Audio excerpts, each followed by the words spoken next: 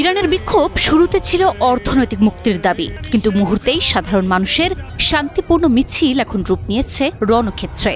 জাতীয় পতাকা অর্ধনমিত করা, পবিত্র মসজিদে আগুন, এমনকি ইসলামী প্রজাতন্ত্রের ৪৭ বছরের ঐতিহ্য মুছে ফেলার ডাক, যা সাধারণ ইরানি সংস্কৃতিতে বিরল। অথচ সেটাই এখন ঘটছে ইরানের রাজপথে। বিশেষজ্ঞদের মতে এই ঘটনা প্রমাণ দিচ্ছে যে আন্দোলনের পেছনে এক পরোক্ষ পশ্চিমা প্রভাব কাজ করতে পারে।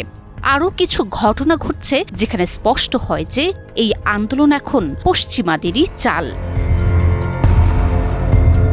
ইরানের শান্তিপূর্ণ অর্থনৈতিক দাবি থেকে শুরু হওয়া আন্দোলন এখন পুরো দস্তুর সরকার বিরোধী বিদ্রোহে রূপ নিয়েছে। তেহরানের সাদাত আবাদ থেকে মাসহাদ হাজার হাজার মানুষ রাস্তায় নেমেছে, ইসলামী প্রজাতন্ত্রের প্রতীককে লক্ষ্য করে আক্রমণ চালাচ্ছে। বিক্ষোভগুলোকে স্বতঃস্ফূর্ত বলে মনে হলেও বিক্ষোভকারীদের কর্মকাণ্ডই এখন বড় প্রশ্ন হয়ে দাঁড়িয়েছে। বিশ্বাসী ইরানি জনগণ কখনোই মসজিদে আগুন দিতে পারে না, এমনটাই দাবি সমাজবিজ্ঞানীদের। অথচ দেশটির অন্তত অর্ধশতাধিক মসজিদে আগুন দিয়েছে আন্দোলনকারীরা, ধ্বংস করেছে প্রায় ২০০ অ্যাম্বুলেন্স। আরও আশ্চর্যের বিষয় হল পতাকার পরিবর্তন। দীর্ঘ ৪৫ বছর ধরে পশ্চিমারা যা চাইছে আজ তাই ঘটছে রাজপথে।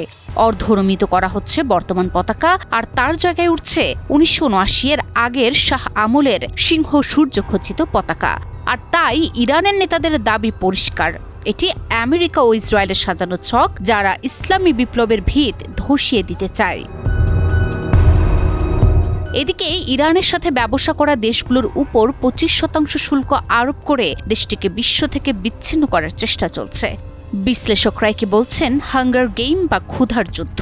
জনগণকে অভাবের মুখে ঠেলে দিয়ে সরকারের বিরুদ্ধে লেলিয়ে দেওয়ার এই কৌশল আজ ইরানের রাজপথে দৃশ্যমান। শুধু তাই নয়, মিলছে আরও ভয়াবহ তথ্য। ইসরায়েলি সাংবাদিক জোভি ইয়েহেজকেলি নিজেই দাবি করেছেন, আন্দোলনকারীরা বিদেশি গোয়েন্দা সংস্থা দ্বারা সংগঠিত এবং প্রশিক্ষিত। সিআইএ এবং মোসাদের মতো সংস্থাগুলো ইরানের জাতিগত বৈচিত্র্যকে কাজে লাগিয়ে এই বিদ্রোহ উস্কে দিচ্ছে। আরও আশ্চর্যের বিষয়, যুদ্ধের মাঠ শুধু এখন রাজপথ নয়, ডিজিটাল জগতেও।